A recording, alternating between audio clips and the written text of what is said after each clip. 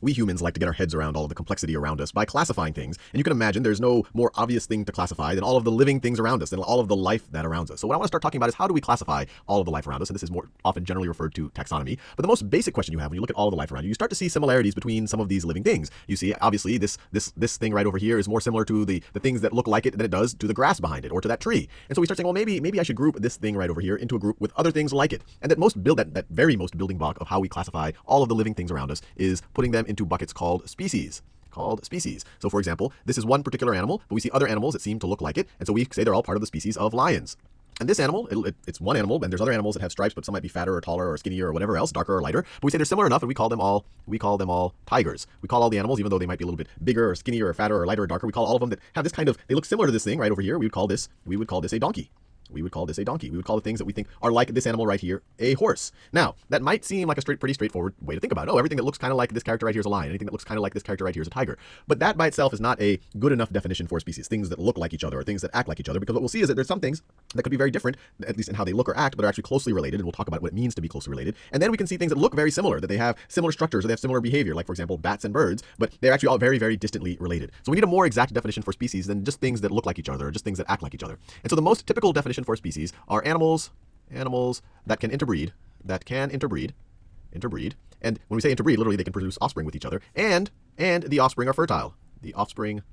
Which means that the offspring can then have babies, that they're not sterile, that they're capable of breeding with other animals and producing more offspring. And to show an example of this right here is a male lion. You find a male lion and a female lioness, and most of the time they will be able to have offspring, and those offspring can go and mate with other lions or lionesses depending on their sex, and then they can have viable offspring. So it seems to work out pretty well for lions. Same thing is true of tigers. Now, it does turn out that if you have a male lion and a female tigress, they can breed and they can produce offspring. And their offspring, which was made famous by Napoleon Dynamite, he was kind of fascinated by these are kind of fascinating animals, their offspring is called a liger. You get a male lion breeding with a female tiger, you produce a liger, which is a hybrid. It's a cross between a lion and a tiger. And they're fascinating animals. They're actually larger than either lions or tigers. They're the largest cats that we know of. But these ligers cannot be referred to as a separate species. Or you can't say that lions and tigers are the same species, because even though they are able to interbreed, their offspring, for the most part, is not able to produce offspring. There have been one-off stories about ligers being mated with either a lion or tiger, but those are one-off stories. In general, ligers can't interbreed, and in general, this combination isn't going to produce offspring that can keep interbreeding or that are fertile. So that's why we say that lions and tigers are different species, and that liger, we wouldn't even call it as a species at all. We would actually call it a hybrid between two species. Now, the same thing is true, and actually you might be asking yourself, well, this was a male lion and a female tigress. What if we went the other way around? What if we had a female lioness and a male tiger? In that case, you would produce something else called a tiglon, or tiglon. I actually don't know how to pronounce that. And that is a different hybrid that has slightly different properties than a liger. So I encourage you to look up what a tiglon is. Similarly, you give me a male donkey, and donkeys are clearly a species by themselves, because if you give me a male donkey and a female donkey, they can produce another donkey, and then that donkey can mate with other donkeys to produce more and more donkeys. So not only can a donkey interbreed with another donkey, but that child donkey can then